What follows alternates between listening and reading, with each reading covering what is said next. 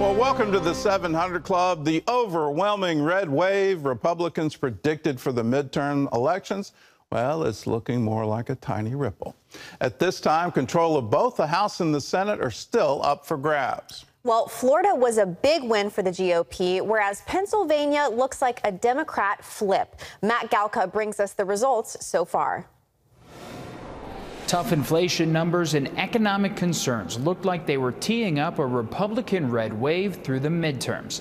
But as the results started to come in on election night, it was more of a mixed bag. This morning, the much anticipated midterm elections that could decide control of Congress. A pair of House seats in the Commonwealth of Virginia, a sign of split wins in House races across the country. Incumbent Democrat Abigail Spanberger beating Republican Yesli Vega. Elsewhere in Virginia, a Republican win. We are here to celebrate tonight. Republican candidate Jen Kiggins flipping a Democratic-held seat from incumbent Elaine Luria. One of the bright spots for Republicans is Virginia's 2nd Congressional District, where Jen Kiggins beat two-term Congresswoman Elaine Luria.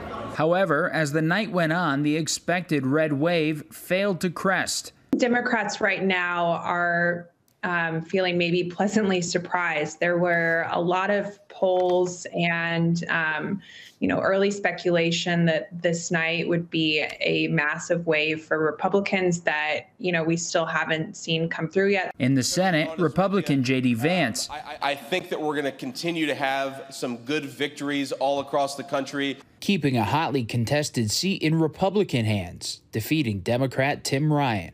In the battleground state of Pennsylvania, Lieutenant Governor John Fetterman is projected to win the Senate race over Dr. Mehmet Oz, a Democrat flip.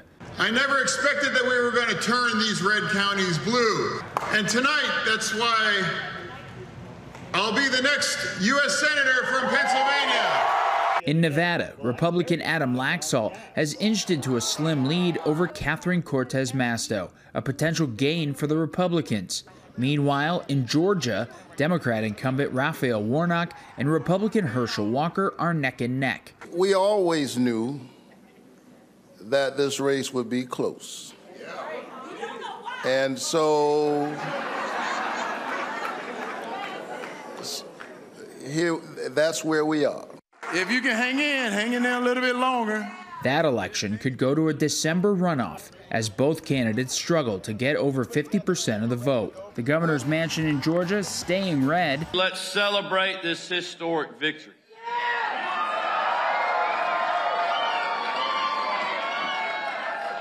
While knowing there's still plenty of work to do.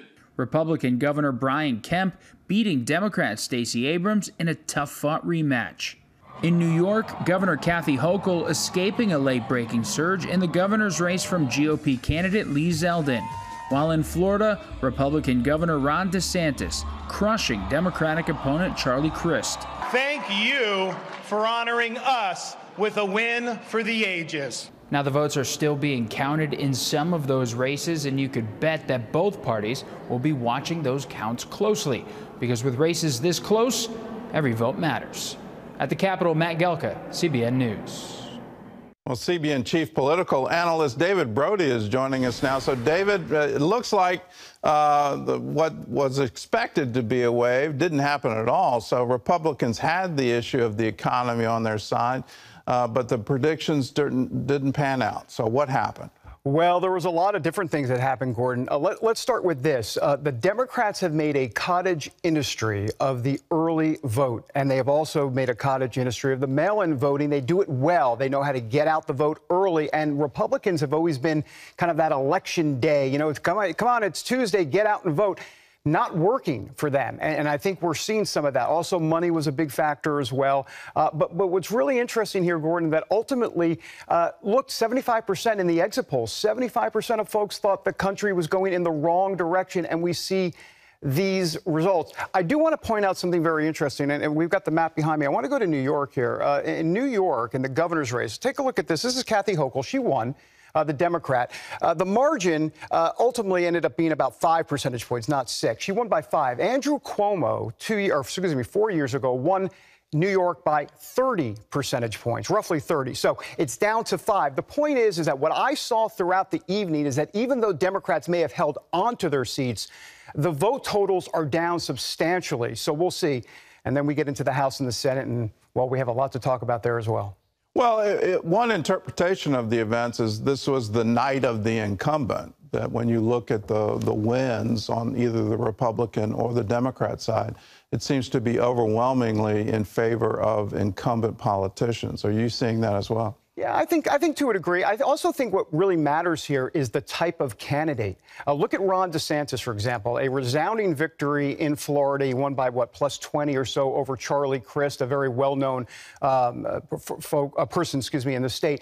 And then you had, that's interesting because that was Florida. And then you had Dr. Oz in Pennsylvania. And what happened here, and this is the worst right here at the map, this is the worst part of blue for the Republicans last night, that it went to John Fetterman. Dr. Oz was not a good candidate. And that's the difference between Ron DeSantis and Dr. Oz. And don't take my word for it. I'm talking to at least 3 GOP sources this morning said Dr. Oz was not a good candidate. You know, he's a guy that, in essence, did live in Bergen County, New Jersey. A lot of people saw him as a carpetbagger. He wasn't exactly a strong candidate like a Ron DeSantis in Florida. So the question is, what's the template going forward for the Republicans? Is it the Ron DeSantis strong, bold type that did very well in Florida, freedom in Florida, or is it the Dr. Oz kind of centrist candidate, which did not do well in Pennsylvania? You wonder if they put up a bolder candidate in Pennsylvania with the right money and the right backing and the right message, if that would have resonated. Well, how much of this is also a referendum on Trump? Because Trump backed Oz. At the last minute, to everyone's amazement, he seemed to be taking shots at DeSantis. How much of this is based on it suddenly became a Trump versus Biden race all over again? And is that a factor here? I think there is a Trump factor here. You're going to hear a lot on the so-called mainstream media outlets that it was a bad night for Trump. Look, if you look at the endorsement record up and down the board for Trump, I mean, it's no contest. He won like 90% of the races or so that the folks that he endorsed. But some big ones he did lose, like Dr. Oz in Pennsylvania, also up in New Hampshire, the Senate race there. I can put that one up there on the screen. Maggie Hassan, the Democrat, beat Don Bolduc, someone that Donald Trump did endorse. He had questioned the results of the 2020 election. Then he dialed that back, but it was a little bit too little too late.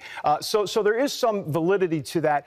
But it's going to be interesting to watch. Look, this is Donald Trump's party, whether or not the Republicans that don't like that like it or not. And that's kind of where that is. And no one's going to stop that. And Trump's not going to have anybody stop him. Well, what happened to the prediction on the Hispanic vote, that there was going to be a historic shift to the Republicans with the Hispanic vote? It didn't seem to pan out. Well, it didn't pan out fully. And I'll give you an example. Let's go to Texas. And if you look at this race here, this is the Latina woman, Monica de la Cruz, who actually won that district down in that Rio Grande Valley area of South Texas. She beat the Democrat. That is a pickup for Republicans. But then if you go right next door in her district, the 28th district, Cassie Garcia losing to the Democrat there. And then also another Latina woman, Mayra Flores, also losing. The Republicans were hoping to pick up at least two of those 3 seats with the Latina women down there in the Rio Grande Valley. Didn't materialize. I think what's interesting, if I could just point out New York real quick, this is fascinating to me. And let me just go to New York 17. Big Democrat went down last night, and this is important. Sean Maloney, who is the head of the DCCC, the Democratic Congressional Campaign Committee, he went down in New York. And if I can go back to the Senate map, right here in New York, in this Westchester County, right north of New York City, where crime has been an issue, the Democrats are losing. And not all of them have been called, but he's going to lose. But a couple of other Democrat seats will be lost in that New York, Rockland, Hudson Valley area near Poughkeepsie. That's important because as we go forward, control of the House, it looks like, will go into Republican hands eventually because those seats in New York will flip to red, not blue. So it's actually New York State that will most likely give the Republicans a victory in the House. And it's real interesting because everybody's saying it wasn't a red wave, and that is 100% true. It was a ripple. Having said that, let's remember, you've got the House that could definitely flip. And also, you have a Senate here, and we haven't talked about the makeup of the Senate, but there is a path to flip the Senate as well, because remember, the Republicans are at 48 seats right now. If they get Wisconsin, that has not officially been called by the Associated Press, that would make it 49. Georgia, we'll see about that. That's a possible runoff. But either way, Arizona and Nevada, both Democrats' seats, the Republicans could flip one of those. Those still haven't been called. So there's a way for the Republicans to flip the Senate, flip the House, and even though it's not a red wave, they would still be in command of both chambers. It'll be interesting the next week or so. Well, there's going to be a lot of analysis on both parties as to what just happened. I think in the White House, they're celebrating because they were anticipating historic losses, and that didn't happen. So what do you think will be the long-term impact of this race going forward to 2024? Well, I think it's really important that Democrats take a step back here for a second. They're going to think, at least in the short term, that they, in a way, kind of did well last night. And to a degree, that is definitely true. We live in a polarized environment, and so you're not going to see a shellacking like you saw in 2010 because our country is so much different than it even was back then, believe it or not. But the important thing to remember for Democrats is that while it's a short-term victory for them tonight, the problem is, as I said earlier, those races that they are winning, they're winning by 10, 20, 30,000 votes less. Let me just give you one example, and then I'll just wrap it up. But in Georgia, District 2, I want you to look at this race here. Sanford Bishop, who is the long-term Democrat senator down there in Georgia. This is a Democrat district that has been in Democrats' hands since 1875. He was in a tough battle last night. He eventually won by about 10 percentage points. He only won by about 25,000 votes. And you say, well, that sounds pretty good. He actually won 2 years ago by about 55,000 votes. So he's lost 30,000 votes in a Democrat district. If you're a Democrat today, you realize you may be publicly saying, hey, it was a pretty good night for us, but deep down, you know what's really going on. It might not have been a Mack truck necessarily that hit last night. The Republican Mack truck never happened, but that family van kind of going down the freeway, going the speed limit at 55, it's heading towards the Democrats. They're losing votes in many of these districts. All right, well, the Biden White House is, they're already signaling he's in it again, he's going to run again. All eyes now are on Mar-a-Lago, upcoming announcement. What's your prediction? Do you think Trump is going to say, yes, I'll run again, or is he going to say, I'm over? No, I think he's going to say 100% he is in. As a matter of fact, if I could add 3 zeros, so 100%. I don't know what that is. I'm not great at math, but I'll figure it out. I have to move the comma. But yes, he will definitely run on Tuesday, November 15th. That's the day he's set to, quote, announce. He's going to do it. There's no doubt about it. And then beyond that, you've got Joe Biden. I think the question really is more for Democrats. What are they going to do with Joe Biden? Is he going to run again? The problem is even the Democrats are not too fond of Kamala Harris, so that doesn't seem very tenable.